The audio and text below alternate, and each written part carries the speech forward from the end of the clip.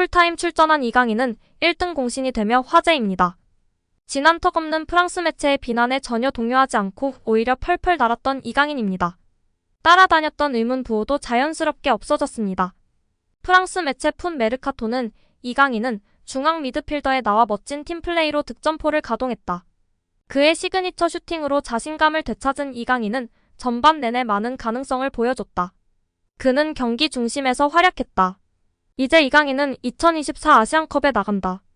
PSG는 이강인이 그리울 것이다 라고 극찬했습니다.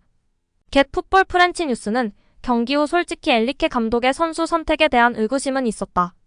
하지만 그는 이강인을 이선에 웨렌자이르 에머리, 비티나냐와 함께 배치했다며 이강인은 경기 시작부터 득점포를 가동했다. 이번 성과로 그는 자신감을 더 키울 것이라고 극찬했습니다.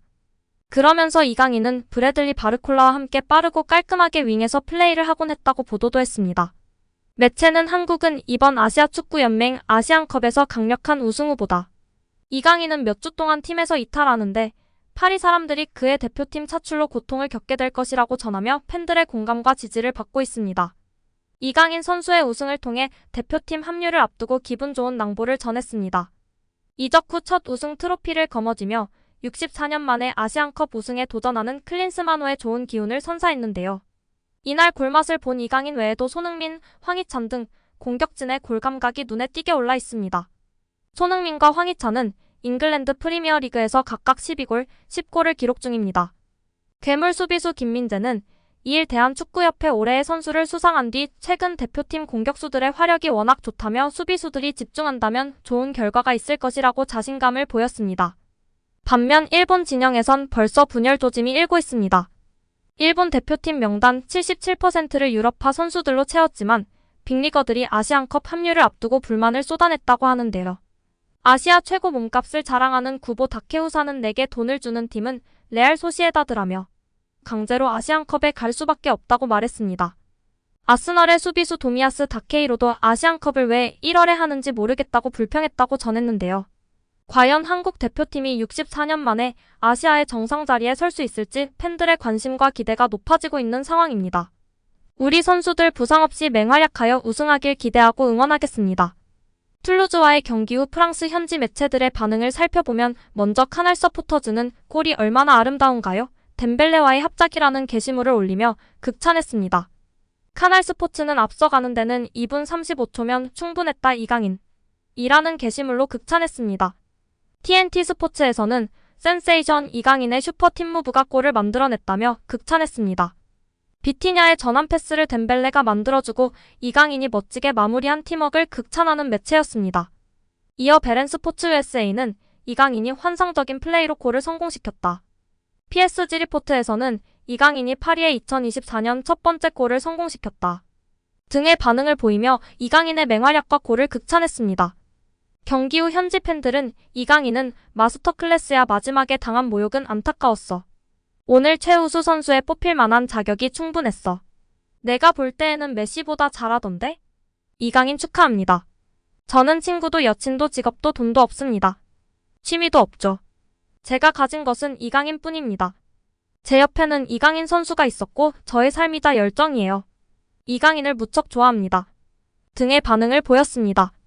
경기 후 기자회견에서는 미드필더진에 대한 질문이 화제가 되고 있는데요. 기자는 비티냐가 최근 수비형 미드필더 자리에 출전하고 있다.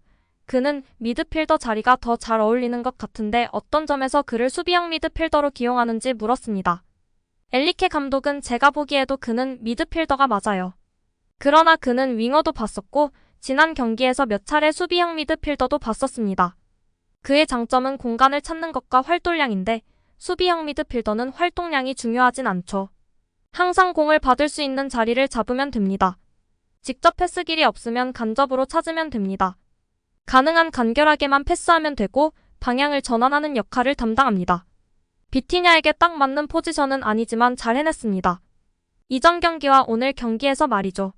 제가 만족한 부분은 워낙 볼 다루는 재주가 좋은 선수지만 오프더볼에서도 역할을 해주고 있고 거기에 수비력도 좋습니다. 우리 미드필더에서 중요한 자원이라며 발언했습니다. 이후 우가르테는 왜 뛰지 않았느냐는 질문도 있었는데요. 경쟁이 필요함을 강조한 엔리케 감독입니다. 결국 미드필더 라인이 경쟁이 치열하고 그중 가장 저렴한 이적료로 이적한 이강인 선수가 우가르테, 비티냐를 밀어내고 프랑스 핵 유망주 에머리는 한 자리 차지하는 게 당연하고 다른 한 자리를 실력으로 차지한 것입니다. 그리고 오늘 경기에서도 그 믿음에 보답을 한 이강인 선수입니다. 우가르테는 이강인과 같이 여름에 왔고 무려 860억 원의 이적료로 파리에 입성했고 비티냐는 540억에 입성했었습니다. 어마무시한 이적료를 주고 데려온 선수들을 압살하고 있는 이강인 선수가 참으로 대단하고 자랑스럽습니다. 왼쪽 미드필더로 선발 출전한 이강인은 전반 3분 만에 선제골을 넣으며 팀의 리드를 안겼습니다. 수비 라인을 내린 팀을 상대로 귀중한 선제골을 이른 시간에 뽑아내며 팀의 안정적인 운영에 큰 보탬이 되는 엄청난 골이었습니다. 과정도 너무나 아름다웠는데요. 비티냐가 반대편으로 전환하는 롱패스를 보냈고 덴벨레의 컷백 패스를 킬리안 음바페가 수비수를 등진 상태에서 흘렸고 뒤따라 쇄도하던 이강인이 선제골로 연결했습니다. 공은 수비수 다리 사이로 빠지면서 골망을 갈랐습니다. 이강인의 시즌 3호 골인데요. 올 시즌 PSG에 합류한 이강인은 앞서 유럽축구연맹 챔피언스리그에서 한 골, 리그앙에서 한 골씩 기록했었습니다. 이번 득점으로 올 시즌 공격 포인트는 3골 2도움이 됐습니다. 이강인은 선제골 이후에도 여러 차례 번뜩이며 찬사를 받았습니다. 전반 34분 추가골 기회가 아쉽게 무산되기도 했는데요. 전반 34분 하키미의 컷백이 이강인과 타이밍이 맞지 않으면서 뒤로 흘렀습니다. 이어 페널티 지역에서 가슴으로 공을 받은 뒤 멋진 시저스킥으로 연결했지만 골키퍼 정면으로 향했습니다. 전반 종료 직전에는 위협적인 프리킥을 마르키뉴스의 머리로 배달해 추가골을 도울 뻔했습니다. 후반전에는 PSG가 전반전보다는 내려서면서 이강인도 무리하지 않는 모습이었는데요. 중간중간 날카로운 왼발 스루 패스로 측면 선수들에게 공을 전달하기도 했습니다. 지속적인 전방 압박, 탈압박으로 리드를 지키는 데 도움이 됐습니다. 큰 선수들은 정말 이런 빅매치에서 타이틀이 걸린 중요한 경기에서 해결을 해줘야 하는데요. 우리 이강인 선수가 맹활약을 보이며 정말 슈퍼스타의 면모를 여과없이 보여줬다고 생각합니다. 큰 경기에 강한 선수가 진짜 월클로 성장할 수 있고 팀의 리더가 될 수 있기 때문인데요. 축구 통계 매체 품목에 따르면 이강인은 이날 한 골과 기회 창출 1회, 빅찬스 1회, 유효 슈팅 2회, 드리블 2회 성공, 코너킥 4회, 패스 성공률 96% 등 다양한 공격 지표를 기록했습니다. 평점은 8.3점으로 미드필더 가운데 가장 높았습니다. 추가골을 넣은 음바페와 선방쇼를 펼친 돈나룸마가 8.4점이었고 아슈라프 하키미가 8.8점으로 가장 높았습니다. 경기 후 최우수 선수로는 이강인이 꼽혔습니다. 인터뷰를 가진 이강인은 스페인어로 경기 전부터 이기려고 노력했다. 승리에 기쁘고 즐기고 싶다며 소감을 전했습니다. 최근 좋은 컨디션에 대해서는 항상 팀을 도우려고 하고 열심히 훈련하려고 노력한다며 좋은 선수들로부터 배우려고 노력한다. PSG에 있어 너무 좋다고 발언했습니다. 오늘 영상은 여기까지입니다. 끝까지 시청해주셔서 감사합니다. 늘 건강하시고 더 좋은 영상으로 찾아뵙겠습니다. 구독과 좋아요도 잊지 마시고 부탁드립니다. 감사합니다.